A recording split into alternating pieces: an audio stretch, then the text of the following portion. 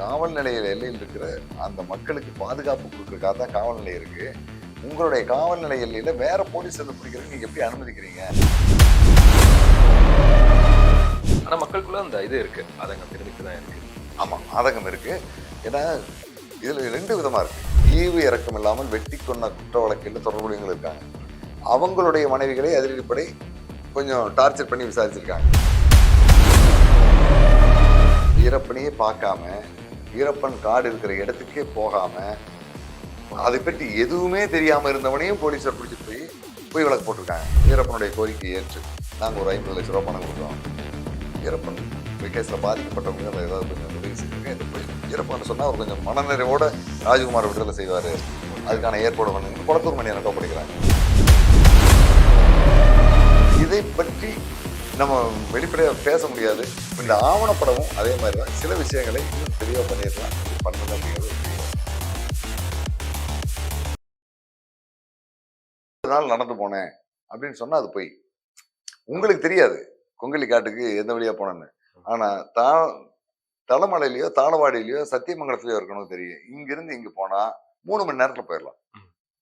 இவன் 3 நாள் நடந்து போன சொல்றது போய் எப்படி தெரிவாங்க. அப்ப நம்மளுடைய ஒட்டுமொத்த செய்திக்கான ஒரு ஆவணப்படத்துக்கான அல்லது ஆவணம் சார்ந்த ஒரு விஷயங்கள் குறுக்கான எல்லாமே நம்பகத்தன்மை இழந்து போயிடும். அதான் ஒரு விஷயத்துல சந்தேகம் வச்சா எல்லாமே இப்படிதான் ஆமா, அப்படிதான் வந்து அந்த சந்தேகம் எந்த இடத்துலயும் வரக்கூடாது. அதுதான் ஒரு ஆவண தொடரா இருக்கணும்.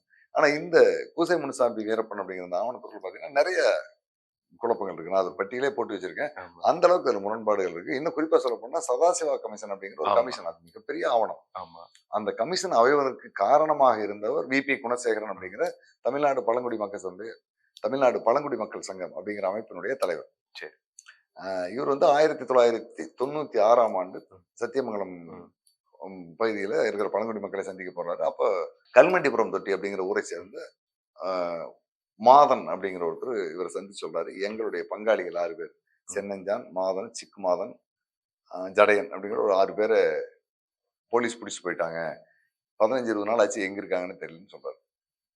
சரி பாப்போம், வாங்க விசாரிப்போம் அப்படின்ட்டு தாளவாடி காவல் நிலையத்துக்கு போறாரு. போலீஸ்ல விசாரிக்கும் போது நாங்க அவங்களை யாரையும் பிடிச்சிட்டு வரல, எங்களுக்கு தெரியாது, ஒருவேளை ஆசனூர் போலீஸ் எதுவும் பிடிச்சிக்கலாம், நீங்க அங்க பாருங்க. ஆசனூர் போறாரு, அங்கிருந்து ஒரு 15 கிலோமீட்டர். அங்க போய் கேட்டா அங்கேயே இல்லைங்கிறாங்க. இத 2 காவல் நிலையத்துக்குமே டிஎஸ்பி ஹெட் குவார்டர்ஸ் சத்தியமங்கலம் வர்றாரு, அங்கேயும் தெரியலங்கிறாங்க. அதுக்கப்புறம் கேட்கிறாரு, ஒரு காவல் நிலைய எல்லையில் இருக்கிற அந்த மக்களுக்கு பாதுகாப்பு கொடுக்கறதுக்காக தான் காவல் நிலையம் இருக்கு. உங்களுடைய காவல் நிலைய எல்லையில வேற போலீஸ் வந்து பிடிக்கிறதுக்கு நீங்க எப்படி அனுமதிக்கிறீங்க? இதை பற்றி எந்த தரவும் இல்லைங்கிறீங்களா என்ன அப்படின்னு கேட்கும்போது, இல்ல நாங்க அவங்கள பிடிக்கல, அதிரடிப்படை பிடிச்சிருப்பாங்க அப்படின்னு. அதிரடிப்படை யார்? அவங்களுக்கு இந்த அதிகாரத்தை கொடுத்ததா? நீங்க தானே செய்யணும் அப்படிங்கும்போது, அந்த அதிரடிப்படையை கட்டுப்படுத்துறதோ அதுங்கிட்ட கேள்வி கேட்கறதுக்கோ எங்களுக்கு அதிகாரம் கிடையாது, நீங்க அவங்ககிட்ட போய் விசாரிக்கிறாரு.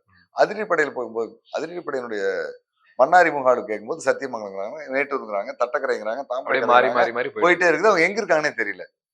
இது அப்பட்டமான மனித உரிமை மீறல்னு சொல்லி ஒரு வழக்கு தொடர்றாரு. அந்த வழக்கை இந்த ஆவணத்தொடர்ல பேசியிருக்கிற வழக்கறிஞர் பாப்பா மோகன் தான் ஈரோடு மாவட்ட நீதிமன்றத்தில் போடுறாரு. அது என்னன்னா மனித உரிமை மீறல் வழக்கை அதை கொண்டு போறாங்க. அந்த டைம்ல தான் வந்திருந்துச்சு. 1993 செப்டம்பர் மாதத்துல இந்தியாவில மனித உரிமைகள் ஆணையம் அப்படிங்கிறது ஏற்படுத்தப்படுது. மனித உரிமைகள் என்னென்னங்கிறத பற்றி வரையறுக்கப்படாத ஒரு சட்டம் உருவாக்கப்படுது. ஹியூமன் ரைட்ஸ் ஆக்ட்ன்றது அப்போதான் வந்துட்டு இனிஷியேட். ஆமா, அது அப்ப 96 ஈரோடு மாவட்ட நீதிமன்றத்துல மனித உரிமை மீறல் வழக்கை அதை கொண்டு போகும்போது மாவட்ட நீதிமன்றம் தான் அந்த வழக்கை விசாரிக்கிற நீதிமன்றமா இருக்கு. ஏன்னா அந்த காலகட்டத்தில் பாத்தீங்கன்னா பெண்களுக்கு எதிரான வழக்குகள், பழங்குடியினர் மீதான வழக்குகள், இந்த மாதிரி மனித உரிமை வழக்குகள், CBI வழக்குகள், இந்த மாதிரி எல்லாமே மாவட்ட தலைமை நீதிபதி தான் விசாரிப்பார். அப்போ அவருக்கு கொஞ்சம் கூடுதலான பொறுப்பு கொடுத்துருப்பாங்க. அப்போ மாவட்ட தலைமை நீதிபதிட்ட போகும்போது அவரு, நீங்க மனு போட்டீங்க, வழக்கை கொடுத்துட்டீங்க, ஆனா இதை எப்படி விசாரிக்கிறது, எது இதெல்லாம் மனித உரிமை மீறல்ங்கிற வழிகாட்டு நெறிமுறைகள் இல்லை, அதனால இந்த மனுவை நான் தள்ளுபடி பண்ணிடுறாரு. தள்ளுபடி பண்ணப்பட்ட அந்த மனுவை எடுத்து சோழகர் தொட்டி அப்படிங்கிற ஒரு நாவல் எழுதியிருப்பார் எழுத்தாளர் பாலமுருகன். அவர் வந்து சிறந்த வழக்குரைஞர். அவர் தான் இந்த தள்ளுபடி செய்யப்பட்ட மனுவை முன்னாள் உயர்நீதிமன்றத்தினுடைய நீதியரசராக இருந்த கிருஷ்ணய்யருடைய கவனத்துக்கு கொண்டு போறாரு. கிருஷ்ணய்யர் பேசுறாரு. கிருஷ்ணய்யர் தான் சொல்றாரு, காவல் நிலையத்தில் இருக்கிற காவலர்கள் என்பது அந்த பகுதி, அந்த காவல் நிலைய எல்லைக்குட்பட்ட மக்களை அடக்கி ஆளுவதற்கு, அதிகாரம் செலுத்துவதற்காக நிர்வகிக்கப்பட்டவங்க அல்ல, அவங்களை பாதுகாப்பதற்காக உருவாக்கப்பட்டவர்கள். நீங்க எந்த போலீஸுமே நீங்க அவனை பார்த்து பயப்படக்கூடாது. அவன் உனக்கு பாதுகாப்பு கொடுக்குறவன். அப்ப தானவ அப்ப தானவாடி காவல் நிலைய எல்லையில் இருக்கிற 6 பேரை அதிரடி படையினர் பிடிச்சிட்டு போயிருக்காங்கன்னு சொன்னா அது மிகப்பெரிய மனித உரிமை மீறல்.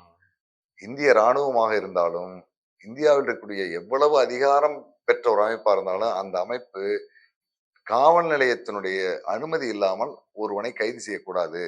அப்படியே அவனை கைது செய்தாலும் அந்த காவல் நிலைய எல்லைக்குட்பட்ட காவலர்கள் முன்னால வச்சுதான் விசாரிக்கணும். இதை தாண்டி எது நடந்தாலுமே அது மனித உரிமை மீறல். அத மனித உரிமை மீறல் வழக்கா பதிவு செய்யணும் சென்னை உயர்நீதிமன்றத்துக்கு அனுப்புறாரு. ஓகே. அந்த டைம்ல சென்னைக்கு வருது இந்த சென்னை விஷயம். உயர்நீதிமன்றத்துக்கு வந்தோடனே சென்னை உயர்நீதிமன்றத்துக்கு கிருஷ்ணய்ய அனுப்பியிருந்த தரவுகள் மிக மிக முக்கியமான தரவுகளா இருந்தனால சென்னை உயர்நீதிமன்றம் இதை சோமோட்டோவா விசாரிக்க ஆரம்பிக்கிறது. அப்பதான் பழங்குடி மக்கள் சங்கம் மனித உரிமை மீறல் இருந்த யாரெல்லாம் பாதிக்கப்பட்டாங்க, யாரெல்லாம் போலீஸ் சித்திரவதைக்குள்ளாங்களோ அவங்களை எல்லாமே கூப்பிட்டு அவங்ககிட்ட ஒரு இண்டம்னிட்டி பாண்ட், அதாவது வாக்குமூலமா வாங்கி அந்த வாக்குமூலத்தை கொடுக்குறாங்க. ஒரு 290 வாக்குமூலங்கள் மேல வருது. ஒட்டுமொத்த அந்த அதிரடிப்படையினுடைய பாதிப்புகளை பற்றிய மனுக்கள் எல்லாமே வருது. இந்த மனுக்களை எல்லாம் வாங்கின சென்னை உயர்நீதிமன்றம் இது தேசிய மனித உரிமைகள் ஆணையத்துக்கு அனுப்புறாங்க. தேசிய மனித உரிமைகள் ஆணையம் இதை ஆய்வு செஞ்சு பார்க்கும்போது இதுல கொஞ்சம் முன்ன பின்ன தெளிவில்லாத மனுக்களாக இருந்தாலும் பெரும்பாலான மனுக்கள் ஆதாரப்பூர்வமா இருக்கு. அதை பற்றி விசாரிக்கிறதுக்காக ஒரு குழு அமைக்கணும்னு முடிவு பண்ணாங்க. அப்பதான் கர்நாடகாவினுடைய ஓய்வு பெற்ற நீதிபதி சதாசிவம், தமிழ்நாட்டை சேர்ந்த நரசிம்மன் அப்படிங்கிற சிபிஐனுடைய முன்னாள் இயக்குனர், இவங்க 2 பேருமே அந்த விஷயங்களுக்கு சரியா கையாளுவாங்க அப்படிங்கிற பொறுப்புல இவங்க 2 பேர் தலைமையில ஒரு குழு அமைக்கிறாங்க. அது சதாசிவா கமிஷன் அமைக்கப்படுது. அந்த கமிஷன் அமைக்கப்பட்டு அது ஒரு குறிப்பிட்ட காலத்துக்குள்ள இந்த புகார்களை விசாரித்து முடிக்கணும்னு அமைக்கப்பட்டது. நீதிமன்றத்தில் வழக்கு போட்டாங்க, அதாவது காவல்துறை தரப்புல வழக்கு போட்டாங்க, மீண்டும் காவல்துறை ஒத்துழைப்பு கொடுக்காம போனாங்க. இப்படி பல்வேறு காரணங்களால 2, 3 முறை கால நீட்டிப்புக்கு பிறகு ஒரு 8 ஆண்டுகள் விசாரணைக்கு பிறகு ஒரு இறுதி தீர்ப்பை கொடுக்குறாங்க. அந்த இறுதி தீர்ப்புல ரொம்ப தெளிவா சொல்லியிருக்காங்க, எங்களுடைய காலக்கெடு முடிஞ்சு போனதுனால இந்த விசாரணையை நாங்க விசாரிச்சாளர்லயே முடிச்சுக்கிறோம். இதுக்கு மேலும் இன்னும் பாதிக்கப்பட்டதா பலர் இருக்கலாம். அவங்க எல்லாமே இந்த அடிப்படையில் இந்த வழக்கினுடைய அடிப்படையில் நீதிமன்றத்தில் தனியா மனு தாக்கல் செஞ்சு நீங்க நிவாரணம் வாங்கிக்கலாம். ஆனா இந்த காலகட்டத்தில் பணியில் இருந்த காவல்துறை அதிகாரி மேல அரசு காவல்துறை சாராத ஒரு அமைப்பின் மூலமா விசாரணை நடத்தி அவங்களை தண்டனைக்குள்ளாக்கணும் அப்படின்னு சொல்லியிருக்காங்க. அது இன்னைக்கு வரைக்கும் சாத்தியப்படல. ஆனா இன்னைக்கு இருக்கிற வழக்குரைஞர்கள் இன்னைக்கு வீரப்பனுக்கு ஆதரவா குரல் கொடுக்கிற அந்த பாதிக்கப்பட்ட மக்களுக்காக நாங்க உயிரையும் கொடுப்போம் அப்படின்னு சொல்லக்கூடிய யாராவது ஒருத்தர் இதுக்கு வழக்கு போட்டாங்கன்னா இன்னும் பாதிக்கப்பட்டவங்களுக்கு கிளைம் வாங்கி தர முடியும். இவங்க எல்லாமே பேசுறதா, அது செய்ய மாட்டாங்க. அதுக்கான அந்த அடிப்படைக்கு இவங்க வரமாட்டாங்க. ஆனா மக்களுக்குள்ள அந்த இது இருக்கு, அதங்கம் இருந்துகிட்டு தான் இருக்கு. ஆமா, ஆதங்கம் இருக்கு. ஏன்னா இதுல 2 விதமா இருக்கு. இன்னொன்னு என்ன பாத்தீங்கன்னா, அது அதிரடிப்படை போலீசார் என்ன பிடிச்சிட்டு போனாங்க, அடிச்சாங்க, உதச்சாங்கன்னு பெண்கள் சொல்றாங்கன்னா, வீரப்பன் கூடயே கிட்டத்தட்ட 2 ஆண்டுகள் 2.5 ஆண்டுகள் காட்டுல வாழ்ந்துகிட்டு அவங்களுடைய புருஷன் கர்நாடக வனத்துறை அதிகாரி, கர்நாடக காவல்துறை அதிகாரி, பொதுமக்கள் உள்ளிட்ட பலரை ஈவு இறக்கம் இல்லாமல் வெட்டி கொண்ட குற்ற வழக்கில் தொடர்புடையவங்க இருக்காங்க. அவங்களுடைய மனைவிகளை அதிரடிப்படை கொஞ்சம் டார்ச்சர் பண்ணி விசாரிச்சிருக்காங்க. அவங்களும் சொல்றாங்க, வீரப்பனையே பார்க்காம, வீரப்பன் காடு இருக்கிற இடத்துக்கே போகாம, அதை பற்றி எதுவுமே தெரியாம இருந்தவனையும் போலீசார் பிடிச்சிட்டு போய் வழக்கு போட்டிருக்காங்க. இந்த 2ஐயும் நம்ம ஒரே கர்நாடகத்துல பார்க்க முடியாது. ஆனா இதுக்கெல்லாம் காரணம் வீரப்பன் தான். வீரப்பன் தான் பண்ணிட்டாரு அப்படிங்கிற மாதிரி. உதாரணமா குளத்தூர்ல பூக்கடை வச்சிருக்காரு சேகர்னு ஒருத்தர். சரி. இவருக்கு பூக்கடைக்காரர்களுடைய என்ன வேலை, காட்டுல இருந்து ஒருத்தர் பூ பறிச்சு கொண்டாந்து கொடுத்துருவான். அவனுக்கு கிலோவுக்கு 10 ரூபாய் 20 ரூபாய் காசை கொடுத்து அந்த பூ வாங்கி கட்டி விற்பார். இவரு வெளியூருக்கு போறதுக்கு வெளி இடத்துக்கு போறதுக்கு வாய்ப்பே இருக்காது. சாத்தியம் இதே பொழப்புல இருக்கான். இவர் வன்னியர் சமூகத்தை சேர்ந்தவர். அந்த பகுதியில் போலீஸுக்கு உணவு சொல்லிக்கிட்டு இருக்க ஒரு நபர், அவரு வேறொரு சமூகத்தை சேர்ந்தவர். இவர்கிட்ட ஏதோ மாலை கேட்கிறாரு, கடனா கேட்கிறாரோ அல்லது காசு குறைவா கொடுக்குறாரோ, இவர் மாலை தரலங்கிறாரு. பிரச்சனை அதிரடிப்படைக்கு இவனும் வீரப்பனுக்கு உதவி செய்யறான். வீரப்பன் அந்த கோயில பூஜை பண்ணப்போ இவன் தான் பூ கொடுத்துருக்கான்னு சொல்லிட்டானு கொஞ்சம் லிங்க் எடுத்து விட்டான். சரி. ஆனா நேரடியா அந்த உண்மையான ரீசன் சொல்ல, காசு இல்லாத காரணம் சொல்லல. இவன் தான் மாட்டி விடுறானே, காட்டி கொடுக்குறான். ஆமா, இவன் போட்டு விடுறான்ல. இவன் சொன்ன ரீசன் சரியா இருந்தது. வீரப்பன் கோயில்ல மாலை போட்டு பூஜை பண்ணியிருந்தாலும் அந்த இவன் தான் கொடுத்தான் அப்படிங்கிற மாதிரி ஒரு லிங்க் எடுத்து விட்டான். இவனை கர்நாடக அதிரடிப்படை தூக்கிட்டு போகுது. யார் இந்த சேகரன் தூக்கிட்டு போறாங்க. தூக்கிட்டு போய் விசாரிக்கிறாங்க. ஒருவேளை சேகர் கடையில் மாலை வாங்கி கொண்டு வந்ததாக அந்த வீரப்பன் குழுவில் இருந்து ஒருத்தர் சொல்லியும் இருக்கலாம் கைது செய்யப்பட்டிருக்கும் போது. அது இல்லைன்னு நம்ம சொல்ல முடியாது. ஆனா தொடர்பு இல்லை. அவன் மாலை வாங்கிட்டு போயிருக்கலாம் கூட, நடந்திருக்கலாம். இதை விசாரிக்கிறாங்க. விசாரிச்சு ஒரு காலகட்டத்தில் தடா வழக்குல ஒரு உள்ள தள்ளி விட்டுறாங்க. 8 வருஷம் உள்ள இருந்துட்டு வந்திருக்கான். ஒரு செய்யாத ஒரு குற்றத்துக்காக ஆமா. 8 வருடம். இந்த சேகர் எந்த விதத்திலும் தொடர்பு இல்லாதவன். இதை பற்றி பின்னாளில் ஆய்வு செய்யும்போது, ராஜகுமார் கடத்தப்பட்டு காட்டுக்குள்ள இருந்தாரு. காட்டுக்குள்ள இருக்கும்போது கர்நாடக அரசு சார்பாக பேச வந்தவங்க வீரப்பனுடைய கோரிக்கையை ஏற்று, நாங்க ஒரு 50,00,000 பணம் குடுக்குறோம். வீரப்பன் கேஸ்ல பாதிக்கப்பட்டவங்களுக்கு அந்த ஏதாவது கொஞ்சம் உதவி செஞ்சிருக்கேன். இத போய் வீரப்பன்ட்ட சொன்னா அவர் கொஞ்சம் மனநிறைவோட ராஜகுமார விடுதலை செய்வாரு. ஓகே. அதுக்கான ஏற்பாடு பண்ணுங்கன்னு கொளத்தூர் மணி அண்ணன்ட்ட ஒப்படைக்கிறாங்க. கொளத்தூர் மணி அண்ணன் விசாரிக்கிறார். விசாரிக்கும்போது வீரப்பனோடு 6 ஆண்டுகள், 5 ஆண்டுகள் காட்டுக்குள்ள இருந்துட்டு 6, 7 கொலை வழக்குகள்ல சிக்கி 8 வருஷம் தண்டனை அனுபவிச்சுட்டு வெளியில வந்து ஒருத்தர் இருக்கான். ம். அவனுக்கு 10,000 கொடுக்குறாரு. ம். பாதிக்கப்பட்டவன் அப்படிங்கிற முறையில. இந்த சேகருக்கு 1,00,000 கொடுக்குறாரு. ஓ! ஏன்னா இவன் வீரப்பனையே பார்க்காம சிறையில இருந்தவன். ஆமா. இவனுடைய இழப்பு வேற, உன்னுடைய இழப்பு வேற. வேற. நீ எல்லா குற்ற வழக்கும் செஞ்சிருக்க. அவன் செய்யாத குற்றத்துக்காக சரி. 8 வருடம் இவனுக்கு அனுபவிச்சிருக்கான். இப்ப என்ன குற்றச்சாட்டு சொல்றான்னா, அந்த நபர் ரொம்ப ஈஸியா சொல்றாரு. அவனுக்கு 1,00,000 கொடுத்தான். என் பேர்லயும் 1,00,000 எழுதியிருப்பான். ஆனா எனக்கு 10,000 தான் கொடுத்தான். குளத்தூர் மணி தின்னுட்டான் அப்படிங்கிறான். இத நீங்க இங்கிருந்து பாத்தீங்கன்னா தெரியாது. களத்துல இருந்து பார்த்தா தான் தெரியும். ஆமா. வெளிய இத இருந்து என்ன கேட்டு கண்ணுல நீங்க பார்க்க முடியும்? ம். இப்ப சுப்புவுடைய அண்ணன் வீரப்பனை காட்டுன்னு என்ன மிதிச்சாங்கிறாரு. ஆ. இவரும் சிறையில இருந்தாரு. இவர் மேலே பொய் வழக்கு போடப்பட்டிருக்கு. ஆனா இவரை போலீஸ் பிடிச்சது உன் தம்பி எங்கடா போனான்னு கேட்கறது தான். ம்.